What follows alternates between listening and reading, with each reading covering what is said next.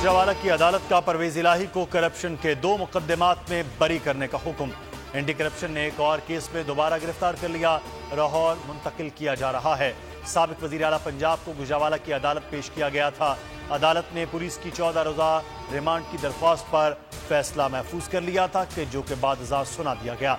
परवेज इलाही का कहना था रात भर खराब तरीन हवालात में रखा गया, अद्वियात भी नहीं दी गई। यास्मीन राशिद जिना हाउस हमला केस से बरी। इंसदाद दहशतगर्दी की अदालत ने जिना हाउस हमला केस में गिरफ्तार पीटीआई रहनुमा यास्मीन राशिद को रिहा करने का हुक्म दे दिया। अदालत पीटीआई पंजाब की सदर डॉक्टर यास्मीन राशिद को केस से डिस्चार्ज करते हुए रिहाई का हुक्म दिया। पुलिस दोबारा अपने साथ ले गई।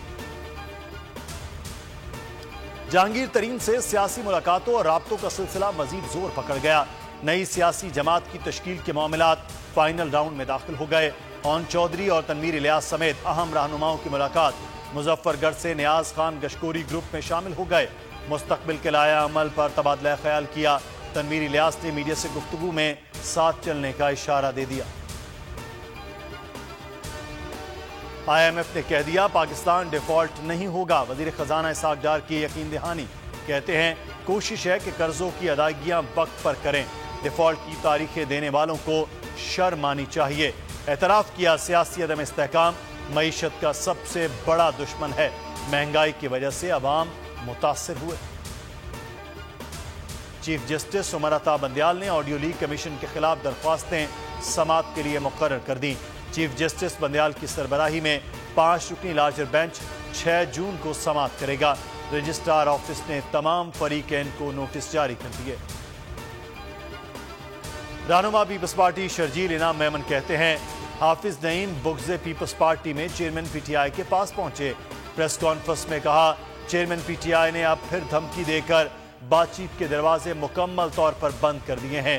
चेयरमैन पीटीआई के पास कारकर्दगी दिखाने के लिए कोई भी एक चीज नहीं है। पीपल्स पार्टी ने मुल्क तोड़ दिया लेकिन मैंडेट तस्लीम नहीं किया। आज भी वही कहानी दोहराई जा रही है। हाफिज नईम फट पड़े, कहा पीपल्स पार्टी का मेयर बना तो गैर कानूनी और नाजायज होगा।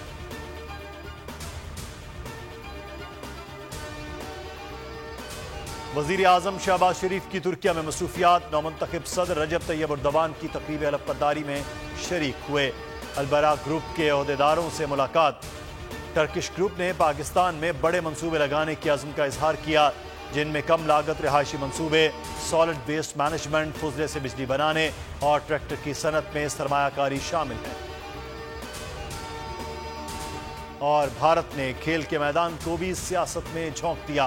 पाकिस्तान में एशिया क्रिकेट कप का इनेकाद बदस्तूर खदशात से दो चार। श्रीलंका भी मेजबानी के लिए तैयार। भारत ने पाकिस्तान का फार्मूला कबूल न किया तो वर्ल्ड कप के लिए भारत जाकर खेलना मुश्किल होगा। पीसीबी का मौक़िफ़।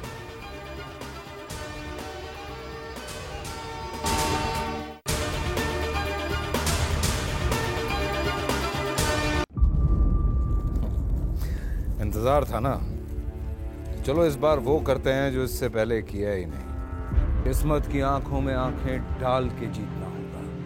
सब में शेर जैसी राह, जर्रा जर्रा भी हर कंटेस्टेंट को लगेगा पहाड़। लड़खड़ाना नहीं है, खोल दो अपने पंख अगर आसमान छूना है। अबे लग रहा है ये सब पहले भी कहीं सुना है।